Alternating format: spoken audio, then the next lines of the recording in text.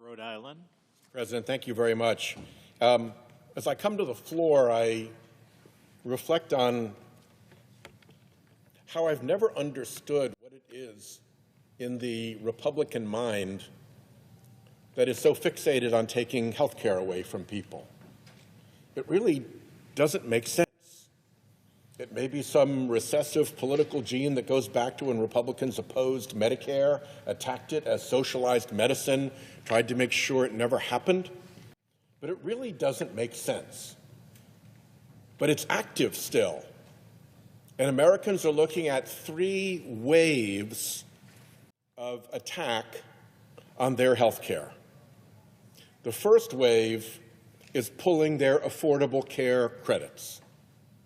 That is a big deal for a lot of people.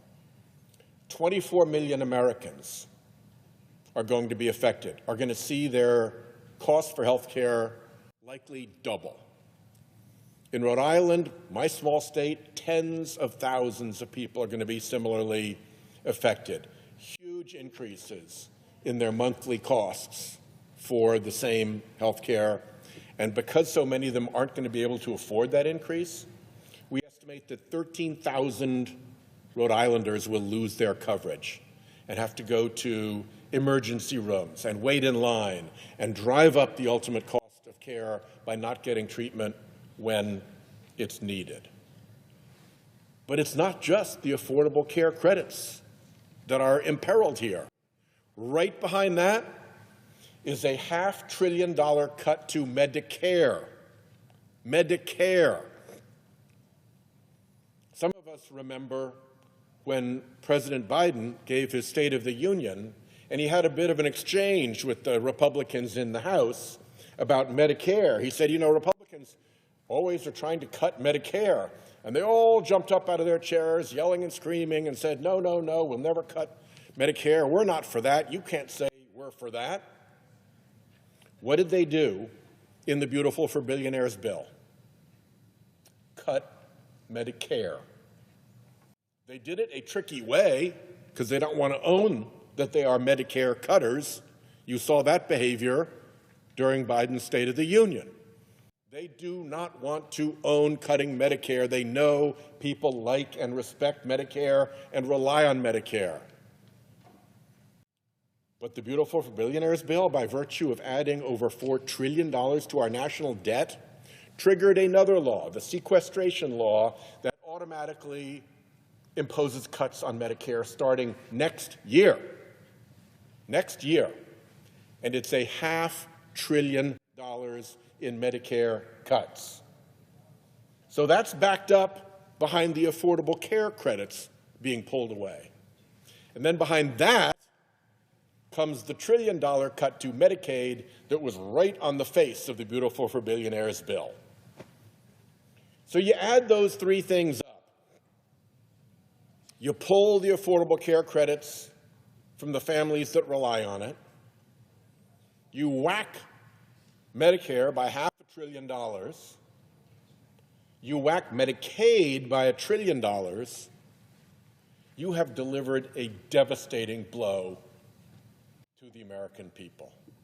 Such a devastating blow, by the way, that the health care providers at the receiving end of those trillions of dollars are likely to suffer to the point of having to potentially close nursing homes, hospitals, provider practices, family doctors. They're the ones where this money ultimately lands, and when you take that much money away from our healthcare sector, don't think it's going to be okay, because it's not. So why do we stand and fight to protect the Affordable Care credits? Well, 2 reasons.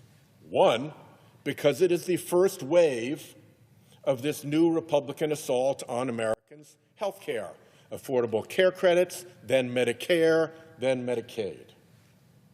If we don't stand and fight now, with the Affordable Care credits being sent out now, the changes in the prices, then we're in no position to defend when the Medicare cuts come through, $500 billion, and when the Medicaid cuts come through, $1 trillion. And the second is, we can have some confidence that our Republican colleagues, when they get over this fixation about taking away Americans' health care, will realize that a lot of the Americans whose health care they're taking away are their own constituents. In fact, all the evidence is that these affordable care credits go more to Republican senators' constituents than they do to ours, which is why Republican House members running for re-election are writing letters saying, let's fix the affordable care credits. Let's extend affordable care credits for 2 years. That is why Republicans in this body are saying, yes, we know we need to negotiate to extend affordable care credits. We just don't want to do it right now.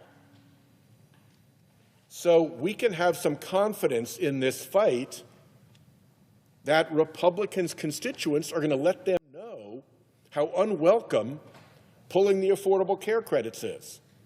And that's before you even get to $500 billion cuts to Medicare and $1 trillion cuts to Medicaid.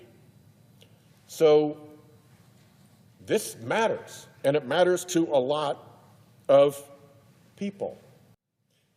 And it matters in Republican states. I just happened to pick Tennessee. Here's a little bit about what's going to happen in Tennessee. Tennessee families, thanks to Republicans not willing to negotiate with us, will see their premiums increase on average by 320% next year. 320%. More than 600,000 Tennesseans rely on the state affordable care marketplace, healthcare.gov, for their insurance. These families will pay on average $464 more for their health insurance. Here's some examples of how health insurance sticker shock is landing right now in Tennessee as the notices go out for the next enrollment period.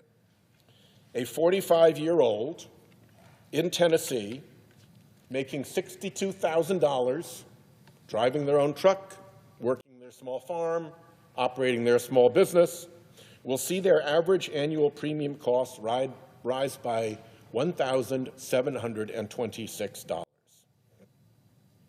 A 60-year-old couple making $82,000 will see their average annual premium costs rise by $19,329.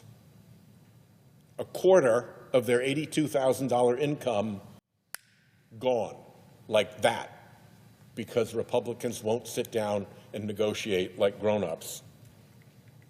A family of four making $126,000 will see their average annual premium costs rise by $9,087. This just isn't going to work, my friends. You're going to have to figure this out. Otherwise, around 210,000 Tennesseans will go uninsured. And by the way, because the money flows through to the healthcare providers, providers in Tennessee will take the hit.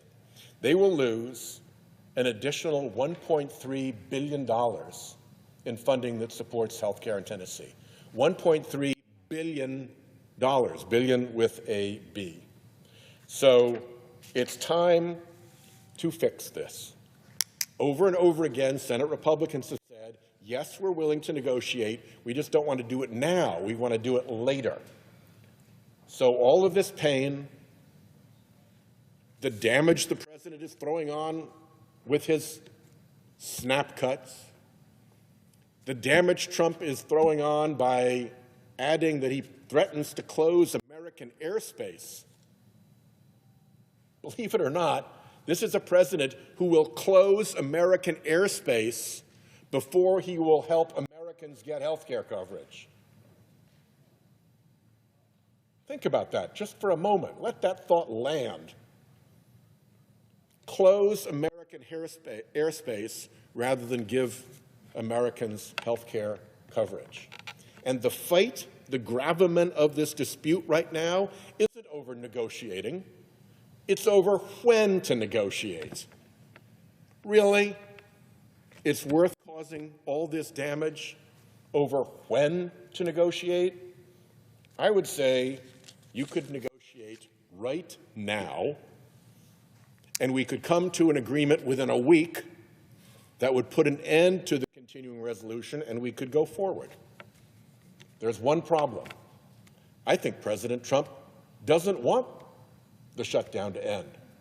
I think his creepy minion at the Office of Management and Budget, Russell Vought, doesn't want the shutdown to end. They like the shutdown. They look forward to the shutdown. They gave Gatsby parties at Mar-a-Lago during the shutdown. Everything about this shutdown thrills their dark hearts, and they could care less about Americans suffering. I yield the floor.